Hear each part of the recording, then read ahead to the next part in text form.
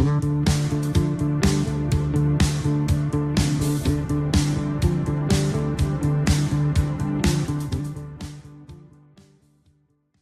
I'll be showing a demo on the lab that I have set up to better explain the concepts we just discussed. Here I have a single node Apache Hadoop system that I have installed on a CentOS 7 OS. Now I created this virtual machine on my VMware Workstation hypervisor on a Windows host. Don't worry, I will be adding a separate link in the description to the video series on steps to install and configure an Apache Hadoop cluster on VMs that we will be using for all the lab demos in this series. Now here I have already completed the initial installation and configuration procedures, so I can just go ahead and fire up my machine. Now remember, Hadoop is specifically designed to run as a multi-node cluster. However, since this is just for lab purpose, a single node would work just fine. I will now pause the recording for some time until the server boots up. Now that my server is up, let me access it through a PuTTY session on my host machine. I have already pointed this out in the installation video series that it's far easier to manage your server from a SSH session on your host machine rather than from the VMware console. Now this is the IP that I have configured for this server. So let me open up a SSH session and log in as root. I'll just minimize this. Let me also increase the font size so that it's easier for you guys to see. Go to appearance, change it to 20. Okay, that looks good. Now in this session, we initially discussed about file systems, data blocks, and disk sectors. So let us start first by checking the disk sector size for the hard disk that is attached to a server. You can check this by using the Linux OS command, which is fdisk-l. Now this command will list out all the hard disk that is currently attached to our server and has been recognized by the OS. So as you can see here, currently we just have one hard disk that has been attached to a system, which is the /dev/sda.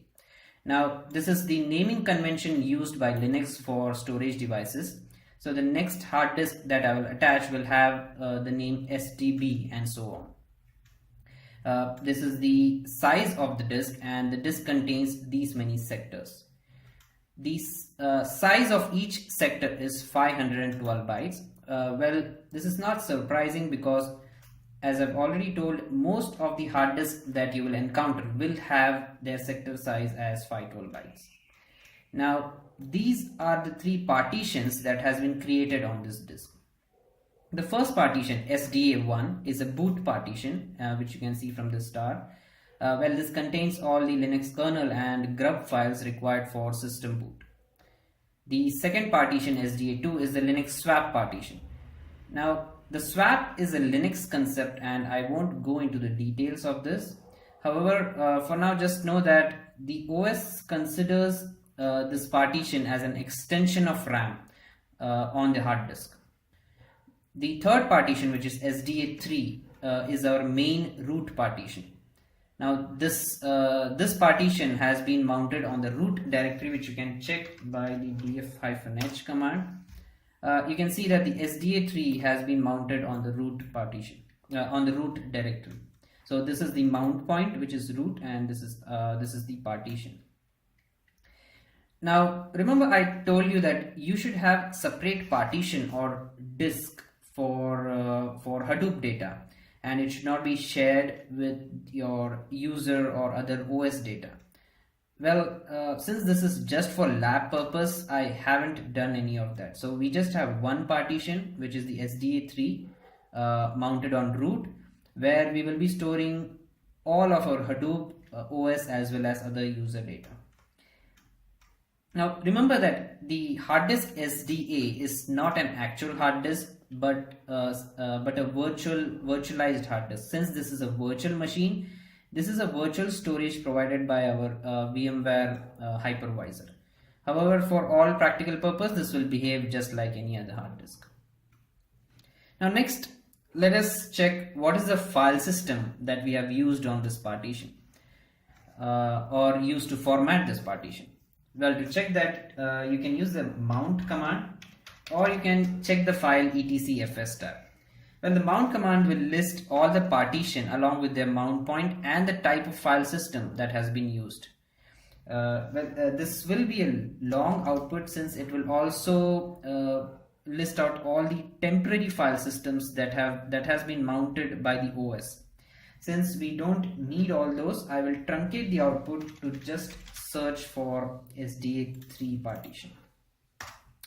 So here you can see that the SDA3 partition is mounted on root, and the type of file system used is XFS.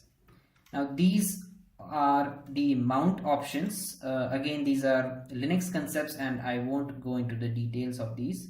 But the important thing here to note is that we have used the XFS Linux file system to format this partition. You can check the block size used by this file system by one of the file system commands like xfs info. Give the partition name. Again, this will be a long output, so I will just search for block size. And you can see the block size is 4096 bytes, which is nothing but 4 KB. Well, this is again not surprising, because most of the modern file systems have their default block size as 4 KB. Now remember, you can change this block size when you are formatting that partition with the file system. However, once the formatting is done, you cannot change this value. So now, in order to change the block size for this partition, for the file system on this partition, I might have to reformat it with the XFS file system, providing the new block size. However, it will delete all existing data in this process.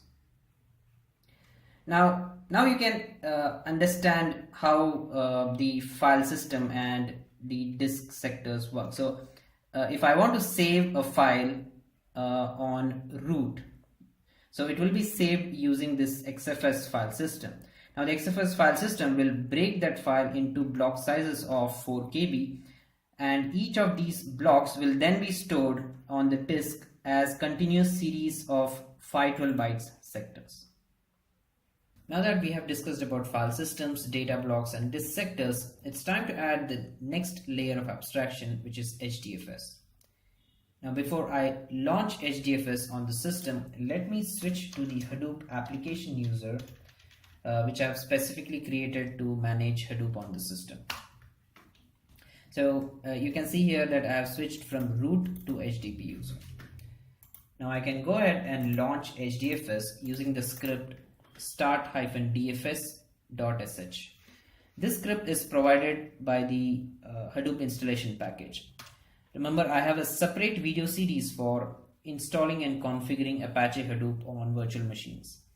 I will be adding the link to that video series in the description below.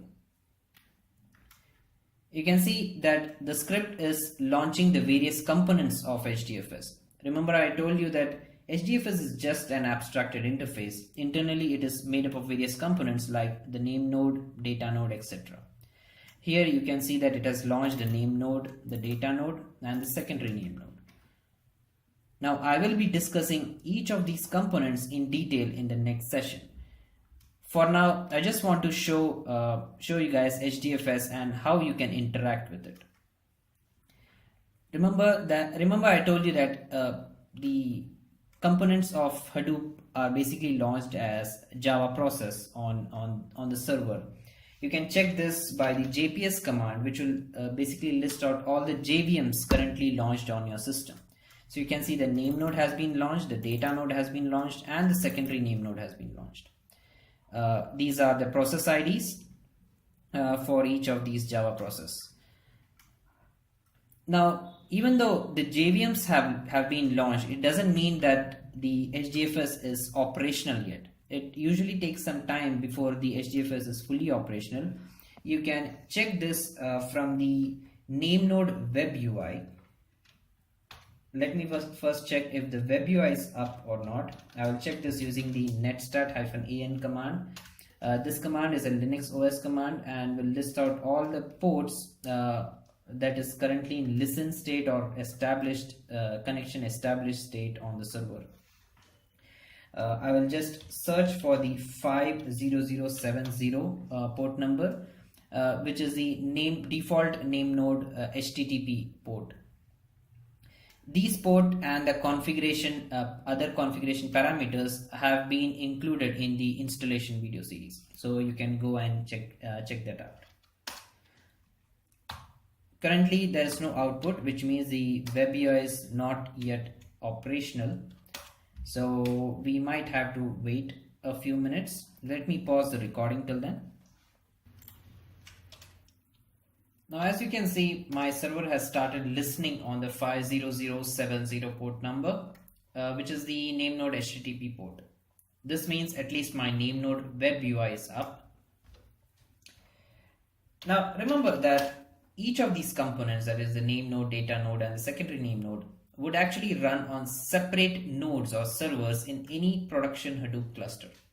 However, since this is just for lab purpose, I have installed a single node Hadoop system, which means each of these components are actually running on the same server. Now, having said that, let me launch the Namenode Web UI.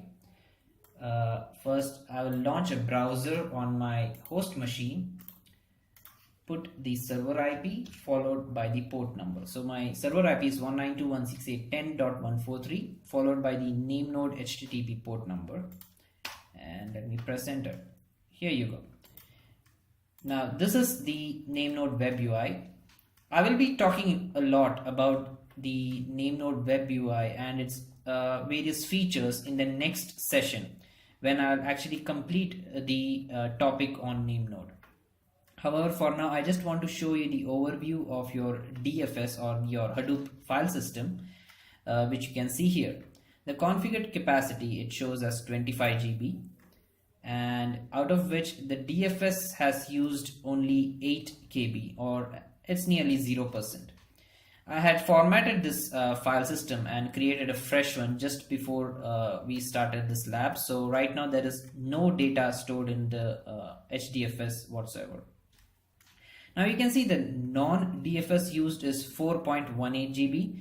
This is basically the other OS, Linux OS data and other Linux application data. This is because we are sharing the partition on which we are running the HDFS with other Linux and Linux application, because of which it's showing the non-HDFS usage as 4.18 GB. You can check this by the df command. Here you can see that this is the partition SDA3, and we are actually sharing this partition with OS, apps and Hadoop. So you can see the used is 4.2 GB. This is basically the OS files and other user and application data. There is no data in HDFS right now. However, the non-DFS used is 4.18 GB. The remaining space is 21.8 GB, which is around 83.9%. This is why I tell that you should have separate partition or disk for Hadoop or HDFS, and it should not be shared with your Linux OS or other application data. Now, apart from this, I want to show you how you can browse your file system from the Web UI. You can go to Utilities and browse the file system. Here you can see that currently I have one directory, which is the root directory. And there is no other directory below that because I haven't created any. This is a fresh file system. You can see that the directory structure is very similar to the Linux directory structure. So you have the root directory on top, and all the other directories would be created below the root directory. Now that's all about the Namenode Web UI. Let me now show you how you can interact with HDFS from your Linux command line. Now you have various HDFS file system commands provided by the Hadoop installation package. Now, in order to list the directory structure of HDFS, you can use the Hadoop fs-ls command. Now this command will basically list the directory structure under the root directory. Now as you can see, the commands are pretty much similar to what you use in Linux. Now right now there is no directory under root in HDFS, and hence it shows no output. In order to create a directory, I can create a directory named hdpuser, and as you guessed right, the command is similar to Linux, which is mkdir. The Hadoop and the FS basically makes it a HDFS command instead of a Linux command. Once I execute this command, it will create a directory /hdpuser under the root directory inside HDFS.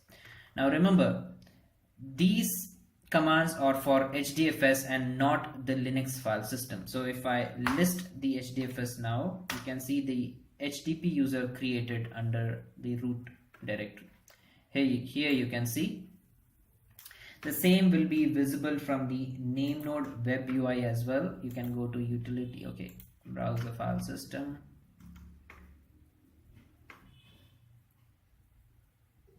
Let it load. Now you can see that the hdpuser which we created is now showing up in the Web UI as well. Now these are the permissions, owner, group, size, and the modified date. Again, this listing is again similar to what you see in Linux, the Linux file system. However, this is different from the Linux file system. This is on HDFS. I'll make another directory under root, which is /others. Again, I'll use the same command, hadoop fs-mkdir /others.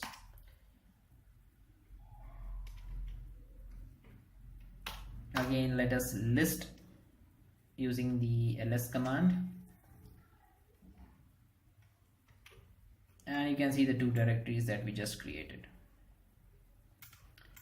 Now this is this is different from your Linux Linux file system. This is on HDFS and not on Linux, because if I do a listing of the root directory on Linux, you can see totally different directories.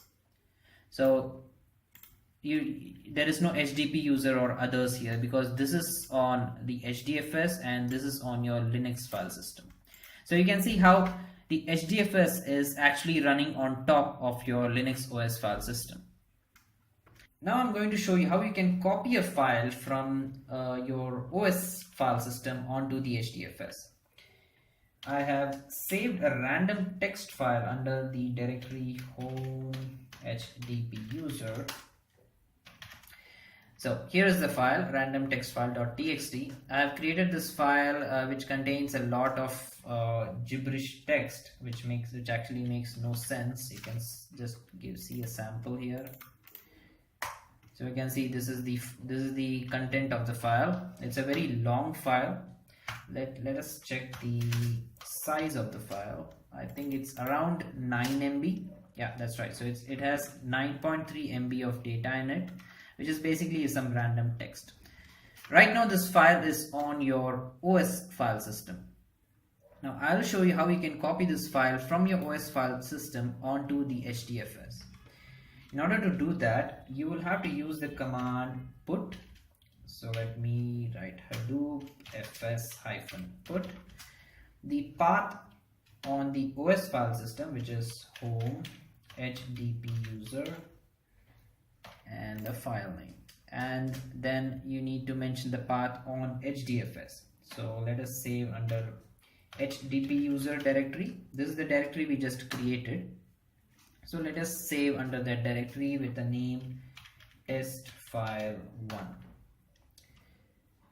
Now before I enter this command, I want to talk about how actually this command interacts with your HDFS. Basically, this command, the hadoop fs or the script, is provided by the Hadoop installation package.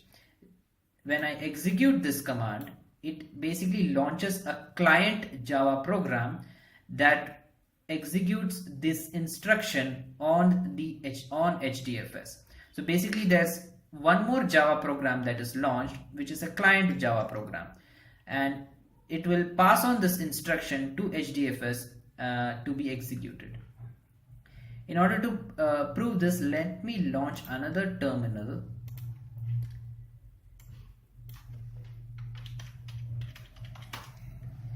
And while I'm executing this command, I will enter the command jps, which will show all the JVMs that is launched on our server. And you will see that right at the moment when this command is executed, there will be an extra JVM launched for this client program. Now you will understand more about this when in the next session, when I will cover the read and write path for HDFS. Okay, let me log in. And right now, if I execute JPS, you can see that there's just 3 components, Java components, apart from the JPS itself. There are 3 Java components that are running. Now, let me execute this command and quickly type JPS again. Now, if you see, there's one more Java component that is launched, which is nothing but the client Java program launched by this command. So you can see that is the FS shell or the file system shell. If I launch the JPS again, you will see that it is this is no longer there because the command has completed execution. Now actually you can see the file in HDFS using the list command, ls command. So Hadoop fs -ls /hdpuser, and here is my file, the hd/hdpuser/test file. I can see the same using the Namenode Web UI. Let me refresh this. Okay, so these are the 2 directories which we created, and if I go into hdpuser, you can see the test file here. Now you can see that the block size is mentioned as 1 MB. Remember that I told you HDFS uses exceptionally large block size as high as 64 MB. Well, I have specifically configured my HDFS to use just 1 MB as block size when I was installing Hadoop on my system. This is because it was difficult for me to create such a large test file for a block size of 64 MB. Since my test file was just 9.3 MB, I thought 1 MB block size would be more manageable. Now, since our block size is 1 MB, the HDFS will break this file into blocks of 1 MB. You can see this by actually clicking on the file, and here you can see the block information. Well, this is listing all the blocks that are associated with this file. So you can see that HDFS has actually broken this file into 10 blocks from 0 to 9. Now if I click on each of these blocks, you will have a block ID, which is a unique ID for each of the blocks, and you can see the availability, which is basically the location of the blocks on the Hadoop cluster. Location means the node or server where they are located. Well, this would make more sense in case of a multi-node Hadoop cluster. However, since ours is a single node Hadoop system, all these blocks are actually stored on the same server. You can see it's the same host, Hadoop -IT noobs. Now let me show you where these blocks are actually stored on our OS. Let me go to the command line. Now I have configured Hadoop to use this directory, which is HDFS, then disk1 data. Now this is the directory path which I have configured on Hadoop to store all the data blocks. Now it will be a long path inside this. Let me run ls. We need to go to current. Now this directory is basically the block pool ID, which you can also see here. Now the block pool ID is a unique ID for a particular namespace. So if you have more than one file system, more than one namespace, or more than one instance of the file system, then you will have a different block pool ID. So currently all the blocks under this file system will be having the same block pool ID. So for this block pool ID, you have this directory. So let me go into this directory. Now block pools will be more relevant once I cover the topic of name node federation. Go to subdirectory name. Here you go. Now you can see here is where the actual blocks, the HDFS blocks are stored. So the whole path would be this one. So this is a pretty long path. However, this is where your actual HDFS blocks are stored. Now these blocks belong to the file, the test file, which we just copied to the HDFS. Now you can see these are the block IDs which we saw in the WebUI as well. This is the one, the block ID. Now you can see that there are total of 10 blocks. This is the actual block file and this is the metadata for that block file. The metadata basically contains a checksum which is used to verify the integrity of the block. Now if you count the number of blocks, it's 1, 2, 3, 4, 5, 6, 7, 8, 9, 10. A total of 10 blocks. So our file of 9.3 MB has been broken into 10 blocks. Now each of these blocks would have a size of 1 MB. You can verify this using the du-h command. And you can see that the size is 1 MB. It should be same for the next block as well. Again 1 MB. Now remember, these are just regular files on your OS file system. So the HDFS blocks are stored as regular file on your OS.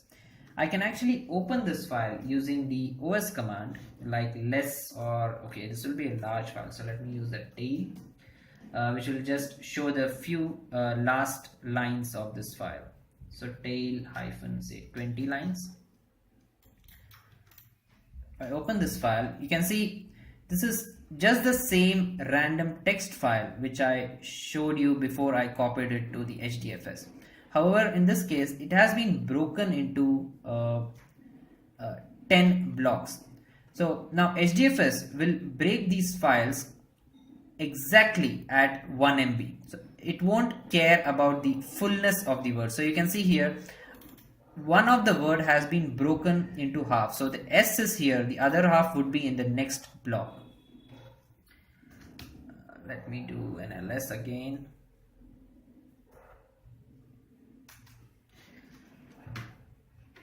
Now that we have seen the blocks and the contents of the blocks, I need to tell you one more important thing. Remember that I told HDFS does not suffer from slack space, which is actually a wasted space due to over allocation. Now our file size was 9.3 MB. Which is not an actual multiple of which is not an exact multiple of 1 MB. So you can have 9 1 MB files. However, the last block would not fill the whole 1 MB. So what do you think would be the size of this last block? Would it be full 1 MB or would it be less than 1 MB? Well, there's just one way of checking that. Which is the du command, and here you go. You can see that it's not 1 MB but it's just 252 KB, which means HDFS does not allocate the whole 1 MB block size even if the data is less, and hence there is no wastage of space due to the large block size of HDFS. Now we have reached the end of session 3. In the next session we'll cover the various components that make up HDFS. Now you can post your doubts and queries in the comment section below, and I'll try to answer them to the best of my ability. Don't forget to like, share and subscribe. See you next time.